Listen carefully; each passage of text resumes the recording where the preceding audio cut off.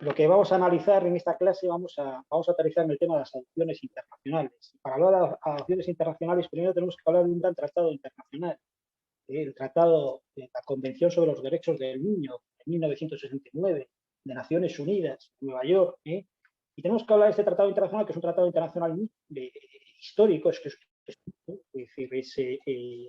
como les comenté, es uno de los grandes tratados, por no decir el tratado internacional con más firmas, ratificaciones de países en el mundo. De acuerdo, entonces tenemos que adentrarnos en ese tratado internacional. Este tratado internacional se va a referir al tema de las adopciones internacionales, se va a referir de una forma clara y contundente, pidiendo que todos los procedimientos, todos los expedientes que se denominan adopciones internacionales, pues perviva en los mismos, ¿verdad?, la búsqueda constante del interés del niño y de la niña, ¿no?, de una forma prioritaria. De una forma prioritaria. Costa Rica, al igual que todos los países latinoamericanos del entorno, es miembro, es socio, es parte, es Estado parte de esta Convención del Derecho del Niño de las Naciones Unidas, ¿no?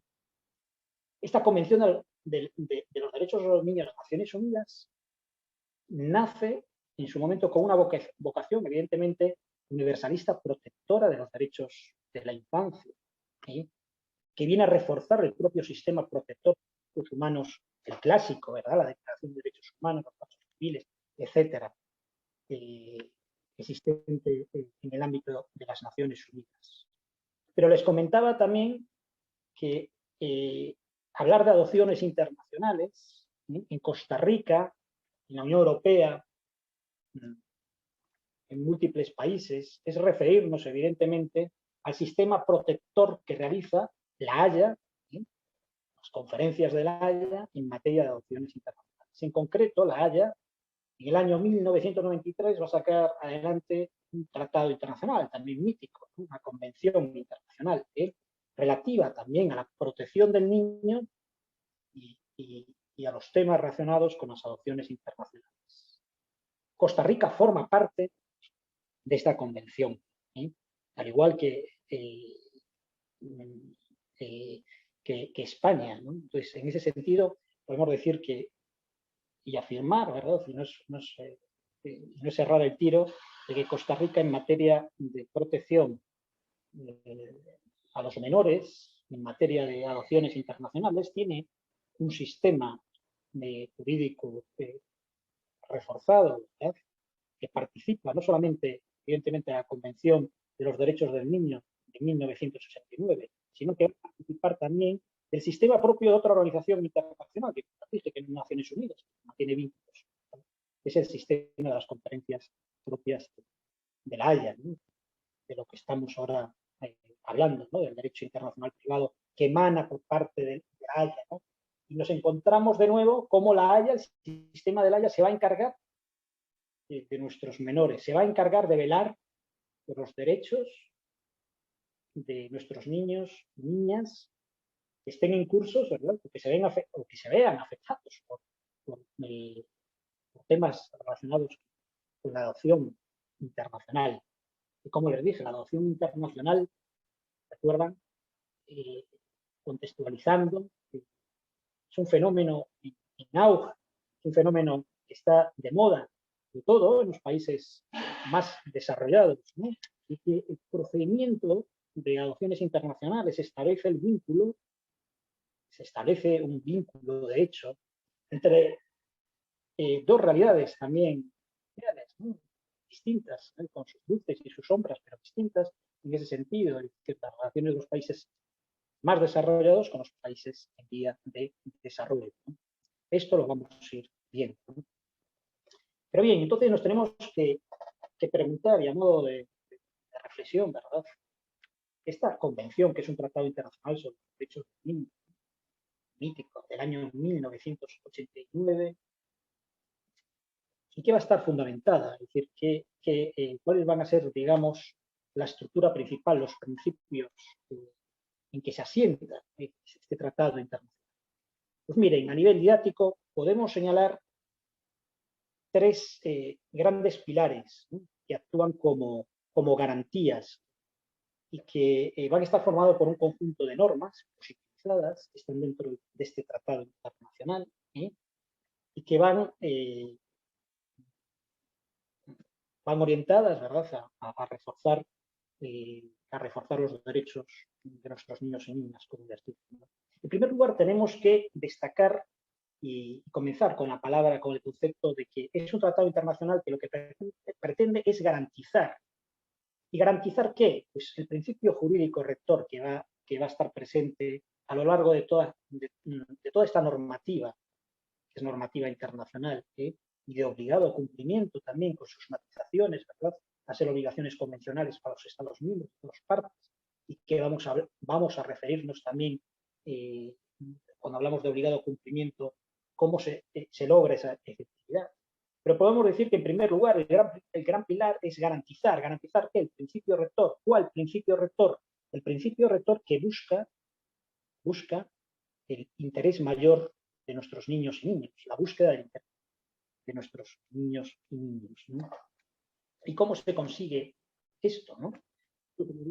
Este conjunto de normas internacionales, ¿no?, este tratado internacional, cuando menciona el concepto de garantizar el interés de nuestros menores, porque dice, hay que garantizar el interés de nuestros menores y esto se consigue a través de implementar, fíjense, el concepto de implementación, es decir, de introducir en nuestros sistemas jurídicos, en nuestros ordenamientos jurídicos, el contenido jurídico que se deduce del propio conjunto de normas establecidas, positivizadas en este Tratado Internacional de las Naciones Unidas.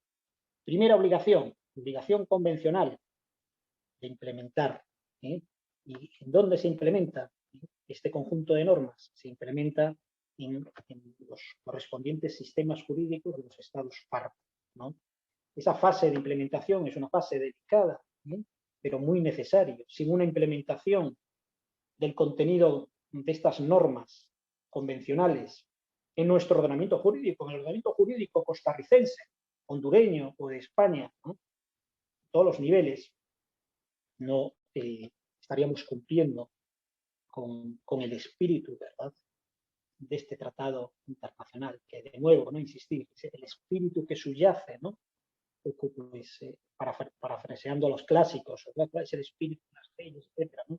El espíritu de este tratado internacional es reforzar, reforzar la protección de nuestros niños y niñas, la búsqueda esa constante de ese principio rector, cuál es el mejor interés para ellos, ¿verdad? ¿Sí? Por lo tanto, garantizar es sinónimo de positivizar. ¿En qué sentido? Este tratado internacional lo que positiviza es una garantía, es una garantía de esa búsqueda del interés mayor para nuestros niños y niñas, ¿no?, que esa positivización es encarnada, ¿verdad?, en ese conjunto de normas internacionales que hacen un todo, una unicidad y que configuran este maravilloso tratado internacional. Que insisto, y hay que reflexionar también el calado de esto, ¿no?, esto es muy raro que pase, son esos tratados internacionales que yo me atrevería a decir como tratado internacional con más firmas, ¿verdad?, del mundo, ¿no?, ¿no? Bien, como segundo pilar fundamental de esta convención internacional, de este tratado internacional, como segundo pilar, es decir, que se va a estructurar, nos vamos a encontrar con otro tipo de obligación, que a mí me gusta denominarla la obligación de velar, es decir, la obligación de vigilar. ¿Y velar y vigilar qué? Pues velar y vigilar que todas las decisiones, todas las políticas públicas en general, respeten a nuestros niños y niñas, sean respetuosas con los derechos de estos, sean respetuosas con los derechos de nuestros niños, ¿no? Y se orienten, tengan las mismas una finalidad concreta, un fin concreto. Es decir, que estas políticas públicas que esas leyes, que incluso esos actos jurisdiccionales, llámensele sentencias, autos judiciales o también decisiones o actos emanados de naturaleza derecho administrativo, tengan una finalidad. Y esa finalidad siempre tiene que venir dada, ¿verdad?, por el interés mayor del niño. Y así aparece positivizada con esta expresión, con esta frase, interés mayor del niño, ¿no? ¿De acuerdo? En este sentido hay que explicar por qué se adopta cualquier instrumento jurídico. En este sentido, me estoy refiriendo a decir que este interés mayor del niño se va a adoptar, se va a tener que plasmar en cualquier instrumento jurídico. Cualquier instrumento jurídico. Es decir, como les dije, cualquier decisión judicial, medidas de corte de derecho de familia relacionadas con las obligaciones paterno-filiales, pero también a los actos legislativos emanados por la Asamblea Legislativa o el Parlamento respectivo en materia de infancia, tienen que venir dadas por esta filosofía, ¿verdad?, por esta finalidad, por esta causística, búsqueda constante de interés mayor del niño. Y miren, fíjense, y el tratado este internacional y la interpretación que del mismo también se hizo y se viene realizando a nivel jurisprudencial internacional y también nacionales, ¿no?, pero ya aparece mencionada claramente en las propias normas, ¿no?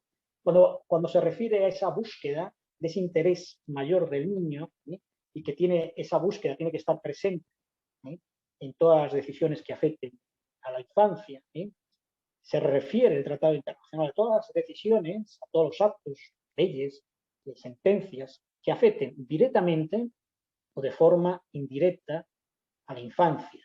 Este es el criterio, es un criterio interpretativo, por lo tanto, amplio. No se limita, ¿verdad?, a esas decisiones que afectan directamente a nuestros niños y niñas, sino también aquellas decisiones que de forma colateral, ¿verdad?, de forma indirecta, les pueda afectar, ¿no? Obligación de velar, de vigilar, de nuevo insistir, que todas las políticas públicas, que todas las decisiones administrativas, judiciales, jurisdiccionales que afecten a nuestros niños, ¿verdad?, tengan ese valor y que vengan presididas y con la finalidad de búsqueda de ese interés mayor del mismo, ¿no? Otro de los pilares fundamentales que se va a sentar este tratado internacional, es muy importante, como les dije, pues, analizar, como estamos haciendo, un análisis somero, ¿verdad?, para realizar un aterrizaje en la próxima clase al tema ya más propio de la estructura de las adopciones internacionales en el marco del sistema de la Haya, es que el tercer pilar es que lo resumimos también y seguimos, ¿no?, con la utilización del vocablo de garantizar, ¿no?, de garantizar que el interés del niño sea evaluado y cumplido. Pero esta vez, ¿por quién? Por el sector privado también de una sociedad. Es decir,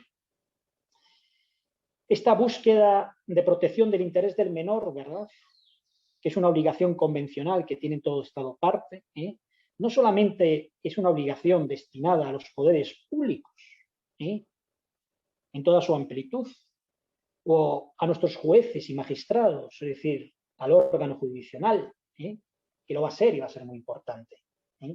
También es una obligación convencional y así aparece positivizada de una forma clara y manifiesta en el Tratado Internacional en relación con los poderes privados, ¿no?, con el sector privado, mejor dicho, con el campo privado. ¿Y a qué me estoy refiriendo? Sobre todo con el campo privado, el tema que guarda relación del tema de la infancia. Ustedes piensen, por ejemplo, en todas esas instituciones privadas, ¿verdad?, sobre todo, ¿verdad?, asociaciones y fundaciones sin ánimo de lucro, que tienen a su cargo centros de acogida, por ejemplo, de menores migrantes, o centros de acogida, temas de orfanatos, o en el ámbito de las adopciones internacionales, que vamos a analizar con calma cuando lleguemos, las denominadas entidades acreditadoras, que son instituciones, entre comillas, auxiliares de la administración pública para llevar a cabo los procesos, los expedientes de adopciones internacionales, que son creadas por la sociedad civil, que son creadas por el derecho privado. Es decir, lo normal es que sean asociaciones o fundaciones, en España las denominadas ECAIs, ¿no? Entidades acreditadoras en materia de adopciones internacionales. Esta figura es recogida, si quieren, hacemos un aterrizaje, ¿no?, al sistema de protección ahora de la Haya, ¿no?, mínimo, después ya vamos a profundizar más, pero estas figuras de estas entidades acreditadoras en materia de adopciones internacionales son reconocidas, están positivizadas también su existencia y la validez de las mismas, ¿verdad?, por la propia Convención de la Haya que regula el tema de adopciones internacionales. Y repito, que Costa Rica tiene firmado, ¿verdad?, también España y múltiples países, ¿no? Por lo tanto, es decir, garantizar que el interés del niño sea evaluado y cumplido por el sector privado de una sociedad, ¿no?, que no es un límite solamente al ámbito público, ¿no?, al ámbito público, ¿no? Si visualizamos uno de los artículos fundamentales de la Convención de los Derechos del Niño, que es el artículo, la verdad que son todos fundamentales, ¿verdad?, y son todos muy bonitos de leer también, ¿eh?, porque todos trabajan, ¿no?, lo mismo, ¿no?, de la protección de nuestros niños y niñas, ¿no? Pero el artículo 3.1 de este tratado internacional se refiere y utiliza la expresión, la frase, ¿no?, en todas las medidas, ¿eh?, en todas las medidas, que es una expresión que se refiere en todo, en término general, ¿no?, toda medida, toda ley, todo procedimiento, todo acto, toda decisión, ¿eh? Es decir, toda medida que produzca una consecuencia, y aquí vamos, directa o indirecta, que afecte a nuestros niños y niñas, tiene que ser debidamente evaluada y determinada en base a esta búsqueda constante del interés mayor de nuestros niños y niñas, ¿no?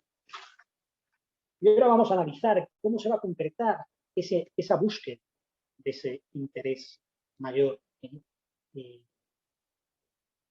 tiene que estar presente en todas nuestras actividades. Miren, nos estamos refiriendo de este análisis, ¿no?, y hago esta reflexión, ¿verdad?,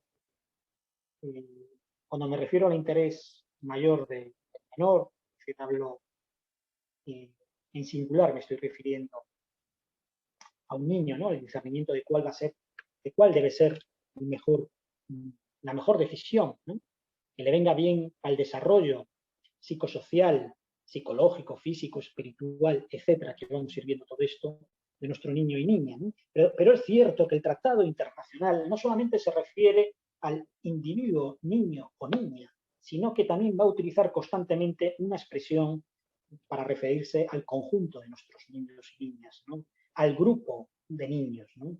En este sentido podemos afirmar y podemos decir que es un tratado internacional donde el elemento comunitario jurídico va a estar presente, ¿eh?, porque lo que se pretende también es un ejercicio por parte de las autoridades estatales que hayan firmado, ¿verdad?, ese tratado internacional, y a la hora de implementar todas estas medidas, que trasciendan la propia singularidad, el propio individuo del niño, y que busquen también la articulación de cuál es este interés mayor, no solamente para el propio niño y niña de forma individual, que hay que hacerlo, porque cada niño es distinto a otro, ¿no?, pero que busquen también cómo implementar en sus ordenamientos jurídicos disposiciones que busquen ser protectoras de la comunidad y de la comunidad de la infancia, me estoy refiriendo, ¿no?, de la comunidad de la infancia.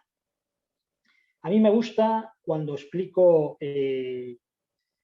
estos temas, ¿verdad?, relacionados con la infancia, cuando hago mención de este maravilloso tratado internacional de Naciones Unidas o del sistema protector de la Haya, también indagar, ¿verdad?, y explicarles qué filosofía está detrás, ¿no?, qué qué filosofía política, qué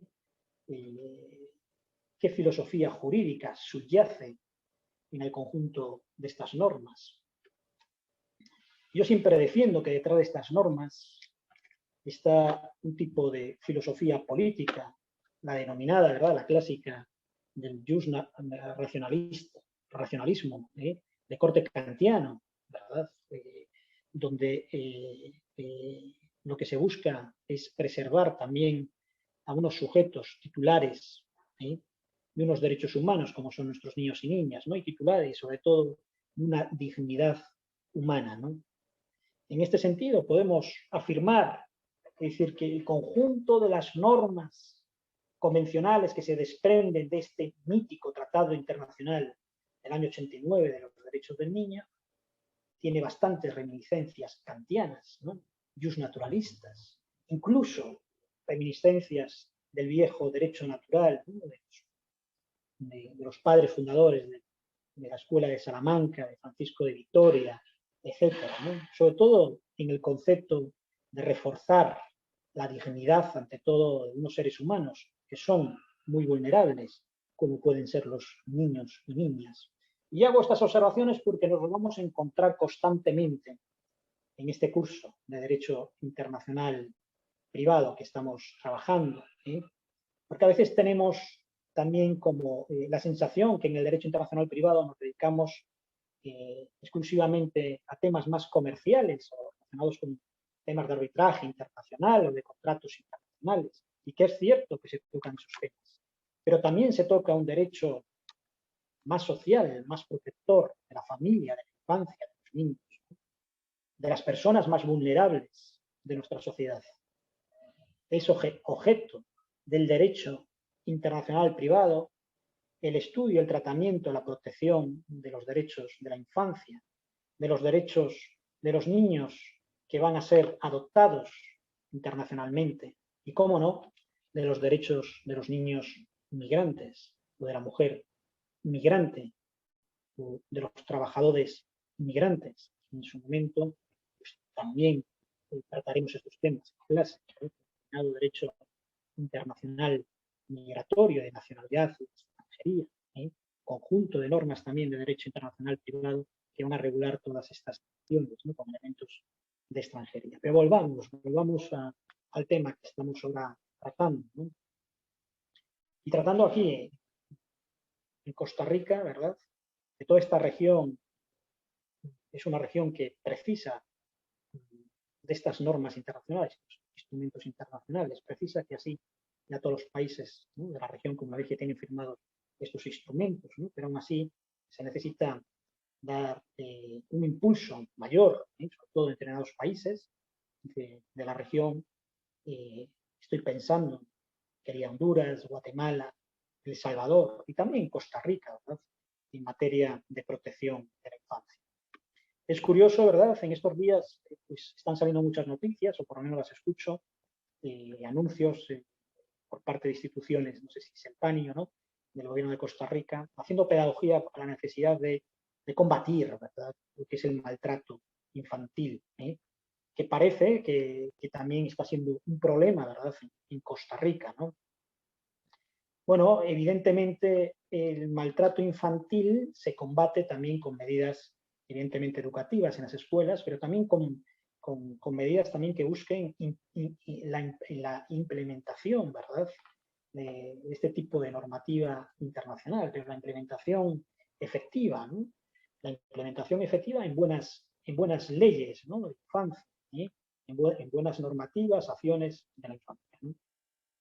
Bien, fíjense, por lo tanto, en síntesis, nos vamos a encontrar con una obligación convencional, una obligación convencional en general, ¿no?, está formado por este conjunto de normas, este tratado internacional, normas de derecho internacional privado, ¿verdad?, que van a vincular en esa búsqueda constante de proteger, de velar, de garantizar los derechos de nuestra infancia, que van a vincular no solamente al Estado de Costa Rica, no solamente al Estado de España o a las instituciones, no solamente a los órganos judiciales, a los jueces y a nuestros magistrados, que también, por eso es muy importante también que la clase de la judicatura, ¿verdad?, conozca muy bien también el espíritu, ¿verdad?, y el conjunto de estas normas internacionales, que a veces no pasa, a veces no pasa, ¿sí?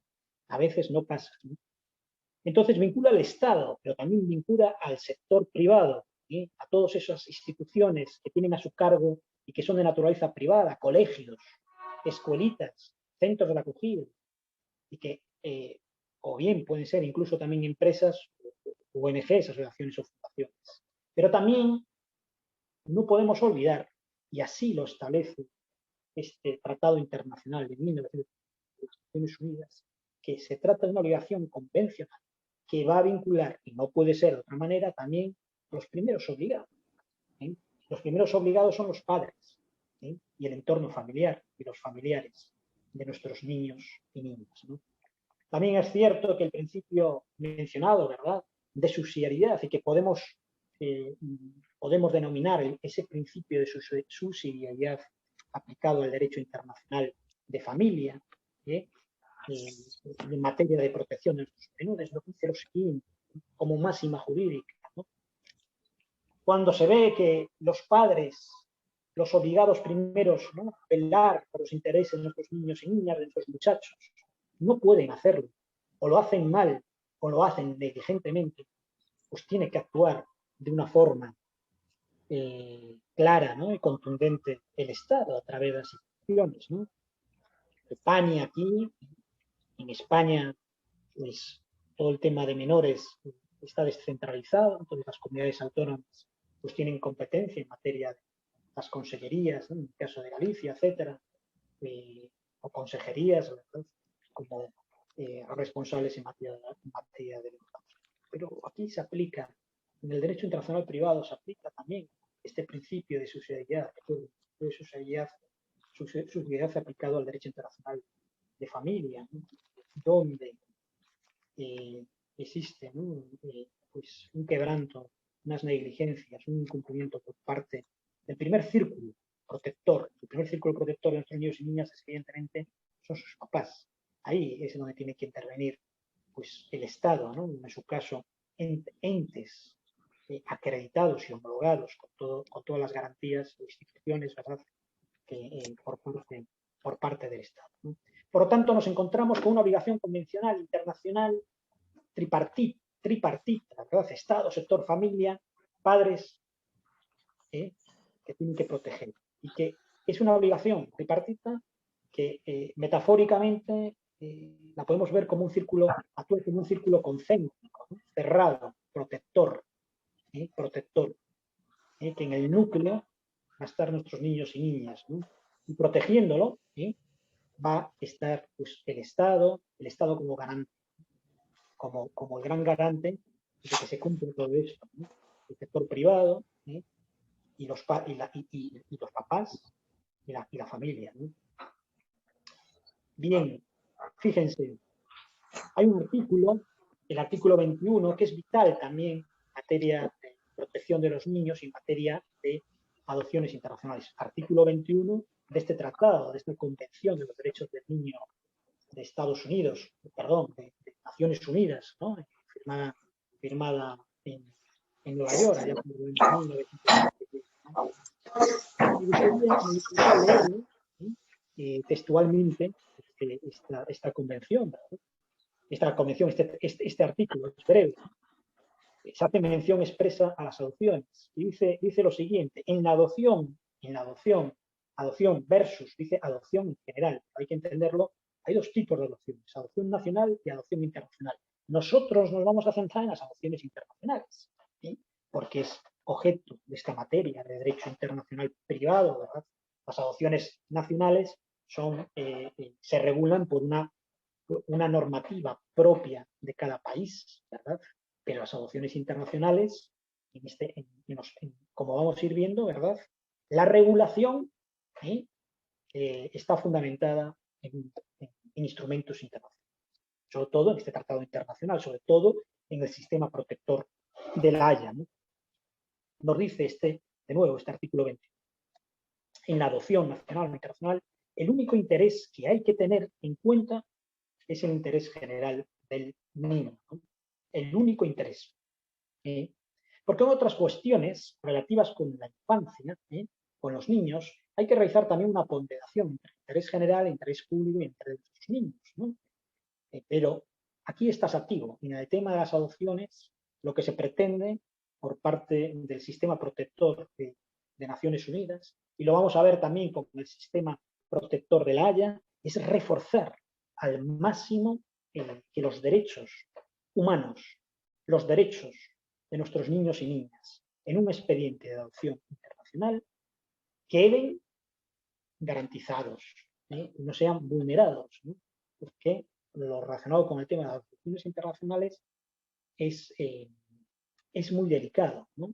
Es muy delicado como vamos a ir viendo. ¿Por qué es muy delicado el tema de las adopciones internacionales? Porque puede haber mucho fraude, y lo hubo. Y una de las razones también por el hecho de establecer, ¿verdad?, un tratado internacional en el sistema del Haya protector del tema de las adopciones es por esa búsqueda también de una armonización de legislaciones, unificar criterios en materia de adopciones y armonizar y buscar un criterio uniforme que proteja a este grupo tan vulnerable como son nuestros niños y niñas. ¿Y que proteja de qué? Pues de actos fraudulentos. ¿Y qué actos fraudulentos nos vamos a encontrar, por desgracia, en temas de adopciones internacionales?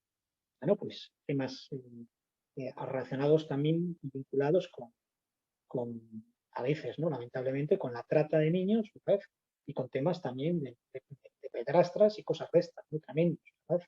Entonces, por eso, todo el tema de adopciones internacionales, ¿sí?, el sistema protector va a ser muy rigurista, como vamos a ir viendo, muy rigurista, ¿sí? ¿De acuerdo? ¿Sí? La convención que estamos analizando sobre los derechos del niño de Naciones Unidas utiliza dos conceptos. Siempre va a utilizar estos dos conceptos a lo largo de su articulado. El concepto de evaluar y el concepto de determinar. Evaluar y determinar qué, cuál va a ser el interés más favorable, el interés mayor del niño. Para eso hay que realizar un proceso de evaluación y determinación. ¿Qué entendemos por evaluar? Pues evaluar es sopesar. ¿Sopesar qué? Todos los elementos necesarios que rodean al caso, que rodean al niño, para tomar una decisión. Esa decisión que sea certera. ¿Y certera para quién? Para él, para su desarrollo, para su correcto desarrollo emocional, psicológico, espiritual. Entonces, la evaluación es fundamental, y así está posibilizada por este Convenio Internacional de Naciones Unidas, ¿no? Es analizar el caso concreto. Nos dice la normativa convencional, hay que valorar y ponderar, ¿sí? Y luego hay que realizar una determinación. Y cuando habla de determinación, al lado de evaluar todas estas circunstancias del caso concreto, este tratado internacional habla de la determinación, se está mencionando, el concepto de determinación, está vinculando a que hay que dotarse, es decir, todos los estados partes se tienen que dotar de unos procesos internos, de unos procedimientos jurídicos determinados en materia de infancia. ¿A esto qué les recuerda? Pues evidentemente les recuerda también a la revisión al derecho de familia costarricense, ¿no? Claro que vamos hay que observar también y hay que analizar y hay que evaluar si los estados parte firmantes, muchos de los estados parte firmantes de esta Convención de los Derechos del Niño tienen procedimientos adecuados de naturaleza jurisdiccional que participen de esta esencia, ¿no? Que participen de esta esencia y la esencia y el espíritu de esos procedimientos judiciales, de estas medidas, de estos instrumentos, tiene que venir dada por esa búsqueda constante del interés mayor del niño. Pero fíjense, hablamos constantemente de esa búsqueda como principio rector de interés mayor del niño. Este tratado internacional, en una de sus normas, también es claro al respecto. Y dice así, y lo digo con mis palabras, dice, no es suficiente de que hablemos por hablar del interés mayor del niño, es decir, de que un X país saque una ley y simplemente diga, esta es una ley porque va a buscar lo mejor para el niño, ¿no? O bien, o de un reglamento municipal, o bien de una sentencia dictada por un juez de lo penal o familiar de Costa Rica, que simplemente diga, ¿no? Pues esto es lo mejor, ¿verdad? Y, y, terminando, ¿verdad? Eh, eh, la sentencia, esto es lo mejor para el menor. Eso no es suficiente, porque se pide, ¿eh? Y es también una obligación convencional, que todo lo relativo a nuestros menores, todo lo relativo, me estoy refiriendo a acción administrativa, una decisión administrativa, decisión judicial, cualquier fórmula judicial, autosentencia, cualquier acto normativo, legislativo, ley, etcétera, tiene que fundamentar los porqués. Tiene que estar debidamente fundamentada esa medida, que esa ley, que esa sentencia, fundamentada, ¿no? Escrita los porqués. Esto es bueno para este niño, ¿eh? ¿De acuerdo? La fundamentación es vital. Sin fundamentación adolece de rigor jurídico. Sin una fundamentación de cuál es el interés mayor del niño de una ley o de una sentencia judicial, ojo con las sentencias judiciales, es decir, estaría también vulnerando esta obligación convencional establecida en este mítico tratado internacional, que repito, Costa Rica forma parte del mismo, ¿no? Bien, y seguimos hablando, ¿no? Hablar de determinación, como estábamos diciendo, la determinación vinculada a la implementación de un proceso jurídico dotado de unas garantías jurídicas, nos estamos refiriendo a que ese procedimiento judicial, ese mecanismo, en primer lugar tiene que ser un mecanismo garantista, por eso hacemos unas observaciones. Estamos en un cuadro de protección garantista de los derechos de los niños, ¿no? Y el cuadro de protección garantistas que estamos analizando, y que forma parte de Costa Rica, podemos también articular la siguiente máxima o pensamiento jurídico, ¿no? que dice lo siguiente, que podemos afirmar. Costa Rica tiene un sistema garantista protector de la infancia, evidentemente lo tiene. Mejorable, como todo es mejorable, evidentemente, pero con una buena implementación también de medidas, ¿no? También con sus luces y sus sombras, ¿no? Pero evidentemente si aplicamos un derecho comparado y vemos otras realidades de países de la zona, ¿verdad? Pues Costa Rica va muy bien en esto, ¿verdad? Va muy bien en esto, igual que España, también va muy bien. También mejorable, ciertamente mejorable, ¿eh? Por supuesto que muy mejorable, ¿no? Porque cuando, también como observación, ¿verdad? Cuando Naciones Unidas, a través de una comisión específica, que se desplazó a España para analizar la situación de la infancia, y dio un tirón de orejas a España, diciendo, ¿qué está pasando aquí? Está habiendo mucha pobreza infantil, ¿eh? Entonces, esto es un tirón serio, ¿no? De orejas a España, de que hay que ponerse las pilas y no puede haber ese índice de pobreza infantil que está habiendo en España, ¿verdad? Estaríamos incumpliendo también por los derechos del niño, los derechos mencionados en este tratado internacional, ¿eh? Pero bueno, bien, resumiendo, Costa Rica tiene un buen sistema protector, se puede mejorar, de la infancia, ¿verdad? Y que participa de numerosos instrumentos internacionales, como mítico, como el Gran Tratado Internacional, garantista protector, que complementa el sistema protector de los derechos humanos y complementa también, podemos decir, que complementa el Pacto de San José, la convención fantástica elaborada aquí en tierras americanas sobre derechos humanos, ¿verdad? Y firmado aquí Costa Rica, el Pacto de San José, y a mayores también pues tiene firmado, ¿verdad? Y participa del sistema de protección en materia de adopciones internacionales y del niño también del Tratado Internacional de La Haya, como vamos a ir viendo, ¿no? Pues en ese sentido podemos decir y afirmar, ¿no? Pues Costa Rica en materia de infancia tiene un sistema formado también por tres pilares, ¿no? Protectores en materia de los niños, ¿no?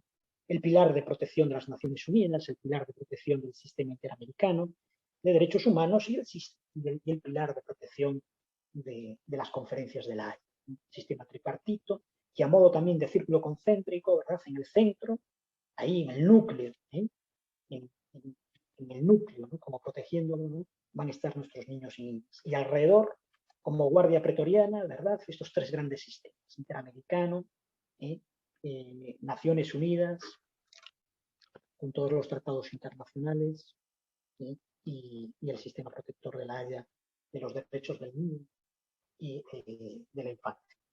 Bien, esto es como para que ustedes tengan una visión de conjunto, antes de aterrizar jurídicamente el análisis ya de lo que es un expediente de adopción internacional en Costa Rica, cómo funciona todo esto, ¿no? Miren, cuando hablamos de evaluar y determinar, hay que referirse, y así lo dice, ¿no? Este Convenio Internacional sobre el Derecho a la Infancia, hay que evaluar en conformidad con una serie de elementos, ¿eh? Que hay que tener en cuenta. Y hay que tener en cuenta para establecer una medida que va a afectar de forma directa, o como les dije, indirectamente a nuestros niños y niñas, ¿eh? Entonces, para eso hay que tener en cuenta los siguientes elementos que les voy a decir, ¿no? Y que son elementos que no operan como lista de números clausos, ¿eh? O lista cerrada, sino que va a estar abierta. Pero se van a establecer ya unos que son conditio sine qua non, como decían los clásicos. Es decir, eso hay que cumplirlos en todos los estados. Eso sí, se va a dar la libertad a los estados partes si quieren incorporar más elementos definitorios en el proceso de evaluación, ¿eh? Se va a dar esa libertad, porque dar esa libertad, ¿eh? A los estados partes, ¿eh? Teniendo en cuenta siempre la premisa de lo que tienen que cumplir es lo establecido en el convenio regulador, pero dar esa libertad de que si quieren mejorar ese núcleo protector de los derechos de los niños y las niñas, bienvenido sea, ¿eh? Bienvenida sea la creatividad de los propios estados en el diseño de normas protectoras que refuercen, ¿verdad?, los derechos de nuestros niños y niñas, que refuercen el sistema garantista de nuestros niños y niñas. Y ahora voy a pasar a enumerar y a explicar, ¿no? Y algunos de ellos, derechos de los niños y niñas, pasan bastante desapercibidos, ¿no? Pasan bastante desapercibidos, se da constantemente, sobre todo en los países más en vía de desarrollo, que las legislaciones no las tienen implementados, y nos vamos a encontrar muchas veces que, lamentablemente, nuestros jueces y magistrados, nuestra clase jurisdiccional, ¿verdad? Pues, pues a veces también adolecen de ese desconocimiento y de ese tacto, ¿no? Ahora vamos a iniciar. Pero quiero realizar, antes de pasar este tema, una reflexión. Miren, nosotros estamos hablando de un tema vital, que son nuestros niños y niñas, ¿eh? Es tan vital porque, en primer lugar, hablar de niños y niñas es hablar de futuro. No hay futuro de un país sin niños y niñas, evidentemente. No hay un futuro posible de un país y, por lo tanto, no hay consolidación de una democracia, de un Estado de Derecho sano, ¿eh? Por lo menos no se les puede llamar así, ¿no? Un Estado democrático, un Estado de Derecho, que no tenga un sistema potente, protector de los derechos de nuestros niños y niñas, ¿no? Porque es uno de los grandes grupos vulnerables, ¿sí? Quizás me atrevería a decir, ¿no?, grupos vulnerables que deben ser reforzados por el derecho internacional. Nos vamos a encontrar con la infancia, evidentemente. Nos vamos a encontrar con el colectivo de las mujeres, evidentemente, ¿no? Y nos vamos a encontrar con el colectivo de las minorías, los grupos étnicos. Estamos en Centroamérica, estamos rodeados por todas partes por la maravillosa multiculturalidad, ¿no?, el mestizaje de nuestros queridos pueblos indígenas, ¿no? Pero también en la vieja Europa nos vamos a encontrar también con minorías étnicas que han sido muy maltratadas, a través de la historia. Yo estoy pensando ahora, me viene siempre a la mente el pueblo de etnia gitana en España, de acuerdo, ¿no? Pero también otros pueblos, otras minorías, ¿no? Estoy pensando los kurdos, los palestinos, el pueblo palestino es un pueblo sufriente también, ¿verdad? O el pueblo saharaui, un pueblo también sufriente. Recordar a los saharauis, ¿verdad?, en sus luchas legítimas por ejercer el derecho que lo tienen, ¿verdad?, ancestralmente, ¿no?, a ser dueños de su país y a constituirse como un Estado soberano, ¿no? Porque antes de que fuese colonia de España, y que nosotros lo dejamos lamentablemente a su suerte, ¿verdad?, aunque España es administrada por Naciones Unidas del Sáhara, ¿no? Entonces, cuando se va a España, pues ese territorio fue invadido, ¿verdad?, masivamente por Marruecos, y ahí están, ¿no? Ese pueblo ni les pertenecía a los españoles, ni les pertenecían a los marroquíes. Ese pueblo es de ellos, porque ahí nacieron sus antepasados ancestrales, ¿no?, es de ellos, ¿no? Bueno, y así lo reconoce Naciones Unidas, ¿verdad? Reconoce ciertos derechos, pero realmente habría que avanzar también en el establecimiento de un Estado soberano, ¿no? Es decir, yo abogo por los derechos como internacionalista, por los derechos del pueblo saharaui, ¿no?, y abogo sobre todo por los derechos también de los niños y de las mujeres, ¿no?, que nacen en esos campos de refugiados en unas condiciones tremendas, ¿no?, sin derecho a veces y muy limitado, o casi sin derechos a una salud digna, a una educación digna, etcétera, como vamos a ir viendo. Bueno, pues ¿cuál es esta lista? Que no, como les dije, es una lista que viene establecida por este Tratado Internacional de Naciones Unidas en materia de los niños, ¿verdad?, de protección de los niños, y que tienen que cumplir los Estados partes para, es una lista de discernimiento, podemos decir, ¿no?, para que todas las acciones, las medidas, las disposiciones, las leyes, las sentencias emitidas que afecten a nuestros niños y niñas tengan que tener en cuenta estos elementos que a continuación les voy a citar, ¿verdad? Si vamos a hacer una revisión de cada uno de ellos, ¿no?, que son muy importantes, ¿no? Mire, el primero lo tengo marcado aquí porque a veces pasa muy desapercibido, que es la opinión del niño, ¿no? Y pasa desapercibido porque podemos tener claro de que sí, la opinión del niño sí, pero como en España, ¿no?, que se decía, ¿no?, a partir de los 12 años, porque ya tiene discernimiento, ya tiene madurez, ya puede opinar, ¿no? No, ¿eh? Naciones Unidas, este tratado internacional mítico de los derechos de los niños y niñas, cuando establece que hay que contar con la opinión del niño, no limita la edad de nuestros niños y niñas. Dice, hay que contar, hay que escuchar al niño. Da igual que tenga 2 añitos, 3 añitos, 7 añitos o 16 años. Hay que escucharlo. Hay que escucharlo. Porque miren, un niño de 3 años, evidentemente, pues no tendrá el discernimiento, ¿verdad?, y la capacidad de uno de 14, y evidentemente poco pronunciará, ¿eh? Pero tiene un tipo de lenguaje especial que debe ser analizado y debe ser interpretado por expertos, claro, ¿eh?, por un psicólogo, por un educador, por un trabajador social. El llamado lenguaje no verbal o expresión no verbal, ¿eh? Los que son papás y los que son mamás, seguramente poco les podré decir yo, ¿verdad? Ellos son conscientes, ¿no?, de lo que les estoy diciendo, de cómo un niño, ¿verdad?, habla, ¿verdad?, sin tener la capacidad léxica del lenguaje, es decir,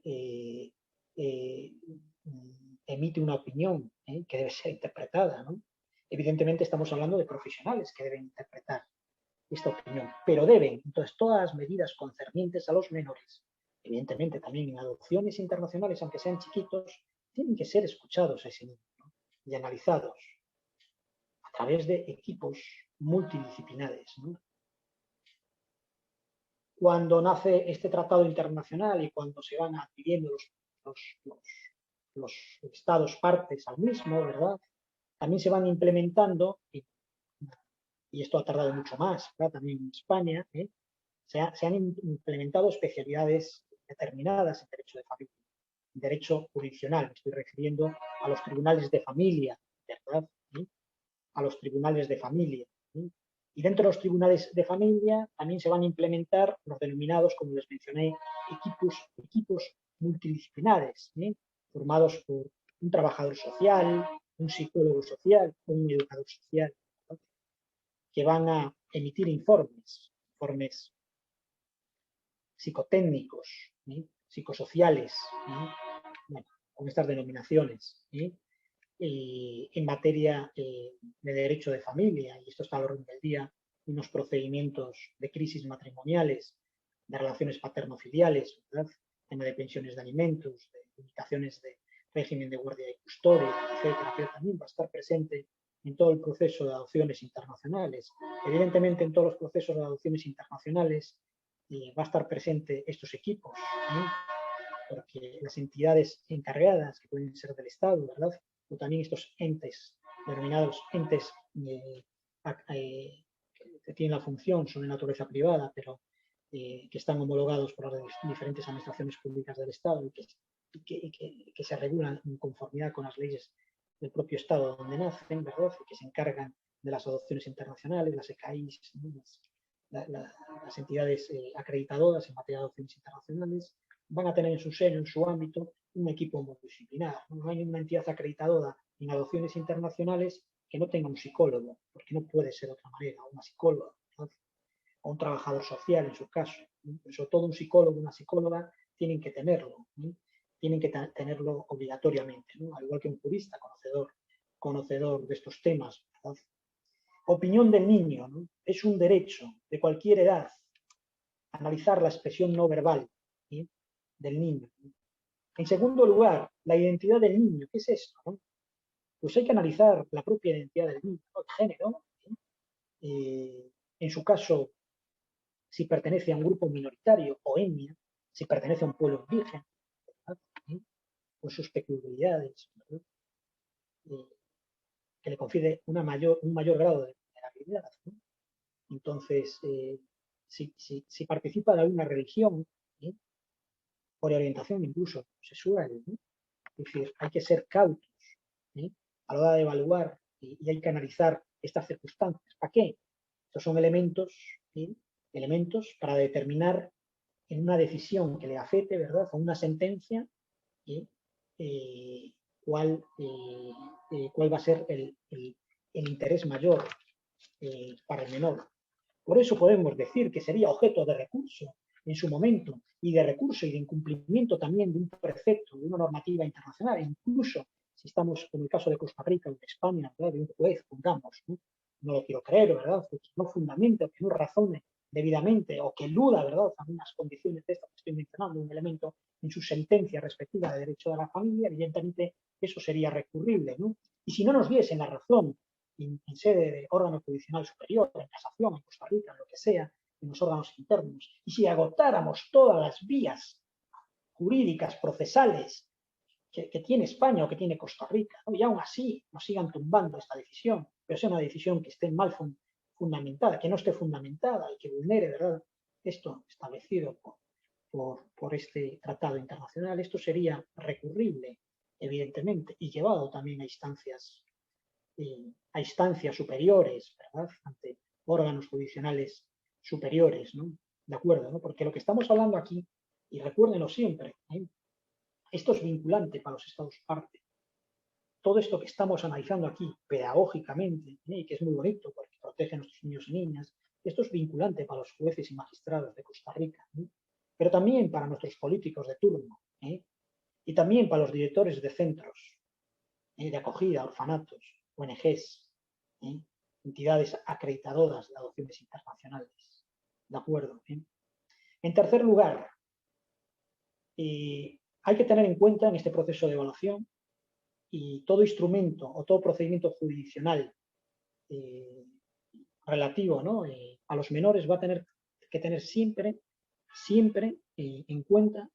Por lo tanto, esto es miren, esto de nuevo, es una reflexión, esto es un mandamiento a la hora de diseñar políticas públicas. ¿De acuerdo? Nuestra Asamblea Legislativa, nuestro Parlamento Legislativo tiene un mandato. Y en este caso tiene un mandato superior a la Constitución. No me malinterprete, pero es que es así, ¿no? El mandato superior que tienen nuestros diputados es que deben cumplir con lo establecido en materia de derechos humanos y derechos humanos vinculados a la infancia y lo establecido por estos tratados internacionales, que el mismo pueblo soberano de Costa Rica, a través de sus representantes, a través de la gran manifestación de la voluntad popular del acto de soberanía, decidió firmar y ratificar. Eso sí que es sagrado, ¿no? Y debe ser cumplido. Entonces, para el diseño de esas políticas públicas, ¿no?, hay que tener en cuenta esto, ¿no? Al igual también que el otro día, en otros temas más relacionados con países del entorno, con Guatemala, ¿verdad? Y con Honduras, pues lo comentaba con unos amigos y con unos profesores, ¿eh? Un tema relacionado con el medio ambiente, sostenibilidad y la agenda en materia ambiental de las Naciones Unidas. Pues, pues todo esto opera, ¿verdad?, como mandato para el diseño de políticas públicas, ¿no?, para el desarrollo, ¿no? Pues aquí lo mismo, ¿no? Otro de los elementos que les estaba comentando es el mantenimiento de su entorno familiar y sus relaciones. Es decir, en toda medida que concierne a nuestros niños y niñas, tiene que ser muy respetuosa con el entorno familiar donde viven nuestros niños y niñas, muy respetuosa, ¿no? Y también, como otro elemento configurador, tiene que buscar ante todo la seguridad del niño, ¿no? La seguridad del niño y evaluar su posible situación de vulnerabilidad. ¿Qué quiere decir vulnerabilidad? Perdón, se me traba la lengua a estas horas. Vulnerabilidad en materia de los derechos de la infancia. Pues miren, les pongo un ejemplo. Es probable que nos encontremos con un caso concreto de un niño discapacitado. En sí mismo, la discapacidad genera una vulnerabilidad. ¿Quién no me va a decir que una discapacidad no genera, ¿verdad?, en principio una vulnerabilidad? Que habrá que trabajarlo, ¿no?, y ayudarle, ¿no?, pero hay que reforzar esa protección. ¿O quién me dice que no? Un niño migrante no está en una situación de vulnerabilidad. Entonces, que las medidas que se hayan de tomar, ¿verdad?, por parte del Estado, por parte de un juez, etcétera, tiene que valorar también y sopesar estos elementos, ¿verdad?, configuradores, ¿no? Otro de los elementos fundamentales que todo Estado parte debe implementar, ¿no?, y asegurar, ¿no?, es el propio derecho a la salud de nuestros niños y niñas y el derecho también a recibir una educación. Miren, y estamos hablando de un derecho a la salud y a la educación de calidad también, ¿eh? Estamos hablando de derechos, no de limosnas, ¿no?, de derechos. Y estos derechos a los niños no entienden de ciudadanía. Estamos hablando a cualquier niño, ¿no?, que esté residiendo por A o por B, por situación legal o ilegal, porque haya nacido aquí de chicos o haya cruzado solito la frontera de Nicaragua, ¿eh? Y llegado aquí, ¿verdad? ¿Eh? Muchos llegan solos también, ¿verdad? Debe ser protegido y no debe ser evidentemente privado, ¿eh?, de estos derechos, ¿eh?, de estos derechos. Y el Estado, porque es firmante de estos tratados internacionales, tiene una obligación convencional de poner a su servicio la mejor salud que tenga el Estado, ¿eh? No pagarle una seguridad, una salud privada, en su caso, sino darle la salud pública que tenga ese Estado, ¿no?, ese Estado, ¿eh? Tiene todos los derechos, como puede tener un nacional de ese Estado, ¿eh?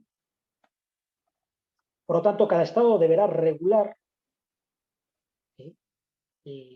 esta lista, que no es una lista cerrada, como les dije, ¿no?, tiene que regular en su propio sistema u ordenamiento jurídico cómo va a implementar todas estas medidas, ¿no?, cómo las va a implementar, ¿no? Bien, por ejemplo, también nos dice el Tratado Internacional este mencionado, de protección de los derechos del niño, mítico este que estamos hablando, ¿verdad?, nos dice un tema relacionado con las adopciones internacionales, también con las adopciones en general, nacionales e internacionales. Nos dice lo siguiente. Nos dice que los estados respectivos, los estados partes respectivos de este Tratado Internacional de Naciones Unidas del Derecho del Niño, pueden también y deben, ¿no?, articular unas buenas legislaciones, es decir, un buen derecho interno en materia de adopciones nacionales y nacionales, ¿no? Y dice más, porque dice articular un derecho interno, es decir, sacar adelante unas leyes, ¿no? Una ley en materia de adopción, ¿verdad? Que vincule a los respectivos jueces y magistrados, ¿no? y magistrados. Por lo tanto, este conjunto de normas convencionales del tratado internacional que estamos analizando, ¿verdad? Lo que establece es ante todo un equilibrio en la valoración de todos estos elementos, ¿no? Un equilibrio en la ponderación de todos estos elementos, donde siempre siempre tenemos que ponderar y valorar las circunstancias del caso concreto, es decir, las circunstancias en las que se encuentra nuestro niño o nuestra niña, ¿no? Es decir, estamos hablando de la articulación también de un sistema donde tendremos que realizar una protección a nuestros niños y niñas a través de todos estos elementos que estoy diciendo, ¿verdad? Y a la vez tenemos que realizar un acto de empoderamiento de nuestros niños y niñas, ¿no? Evidentemente, no solo nos podemos quedar en un sistema eminentemente garantista también es empoderar, proteccionista de los niños, ¿no? Porque tampoco les haríamos, hay que protegerlos, pero también hay que empoderarlos, ¿no? Y empoderar significa que nuestros niños y niñas también puedan ellos ejercer sus propios derechos, puedan ejercer sus propios derechos y puedan desarrollarse humanamente de una forma digna, ¿no? Y el desarrollo de una vida digna no se entiende sin que el niño tenga un mínimo de seguridad emocional, de seguridad familiar, de seguridad económica. Por eso, qué importante es el tema de las pensiones de alimentos que habíamos analizado en otra charla, ¿verdad? ¿Sí? Cuando analizábamos el sistema de obligaciones de alimentos que proviene, ¿verdad?, de la Haya y de las conferencias interamericanas, ¿sí? Y lo vinculábamos también con los derechos humanos, ese derecho humano que tiene cualquier niño y niña, ¿no?, a recibir un alimento, ¿no? Y por eso es tan importante que desde un plano internacional, ¿no?, se garantice también el cobro internacional de esas pensiones de alimentos, ¿no? Porque habíamos visto también, ¿no?, y parto de esa premisa, el niño y niña como sujeto titular de un derecho, como sujeto de una dignidad humana, ¿no?, y que va a tener diferentes manifestaciones ese derecho, ¿no? Pero evidentemente una de las manifestaciones que va a tener también es la exigencia del propio niño, por eso el empoderamiento, ¿no?, de que sepa sus derechos, de que sea escuchado, de que sea oído, ¿no? Y evidentemente de que va a ser sujeto titular, acreedor de que, como habíamos visto, de un crédito alimentario, de un crédito alimentario, y que va a poder ejercer en la representación de sus papás o de su abogado una acción de reclamación internacional en materia de cobro de pensiones de alimentos, para aquellos casos, ¿verdad?, de que su papá o de su mamá, el obligado a satisfacer esa pensión de alimentos, se haya ido del país y esté en otro país. Y que tengamos también, claro, necesariamente, ¿no?, ese instrumento jurídico, ese tratado internacional con ese país que está residiendo el deudor de alimentos, perdón, ¿verdad?, y que podamos exigirse, ¿no? Por eso, insisto, es muy importante dar un impulso, impulsar también que Costa Rica avance y no se quede solamente con el sistema protector en materia de obligaciones de alimentos, ¿no?, propio de interamericano, que está muy bien, que, fantástico, ¿no? Pero hay que avanzar, tiene que ratificar los instrumentos fundamentales, por lo menos los más importantes, ¿no?, tratados internacionales como tienen otros países latinoamericanos, que les he mencionado, del entorno, ¿verdad?, ¿sí?, en materia de obligaciones de alimentos, ¿no? Porque cada vez más vivimos en un mundo interconectado, global, ¿verdad?, donde hoy estamos aquí, mañana estamos allá, donde hay una pareja y ya no hay una pareja, pero hay frutos de esa pareja que son niños, y un miembro de esa pareja se va a otro país a trabajar o por lo que sea, o porque se escapan otros, también es cierto, lamentablemente, diciendo, pues mira, pues así no le paso la pensión. Realmente nunca lo voy a entender eso, ¿no? en un padre, ¿verdad? Puedo entender que no tenga en un momento dado unos recursos puntuales, ¿no? Pero, pero bueno, siempre hay que ayudar, ¿verdad? A sacar adelante a su hijo y no desentenderse de todo eso. Bien, bueno, vamos a ver cómo vamos de tiempo. Bueno, estupendo. No sé si tienen alguna duda.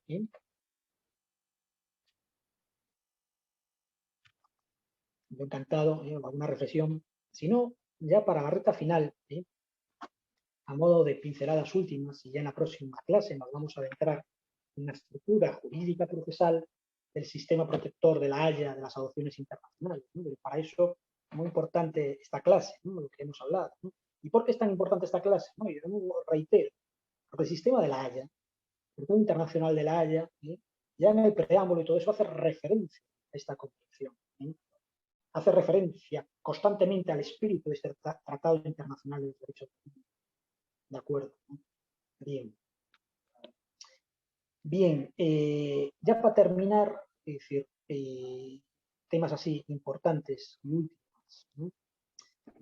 Nos dice este tratado internacional, nos dice que las medidas que se vayan a adoptar en los respectivos países miembros, ¿verdad?, en materia de la infancia, es decir, que conciernen a nuestros niños y niñas, tienen que ser no solamente efectivas, ¿no?, buscando ese interés mayor del niño, sino que tienen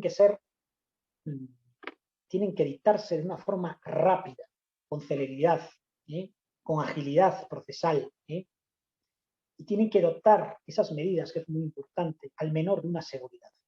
En términos generales, seguridad jurídica y seguridad también de desarrollo psicoafectivo.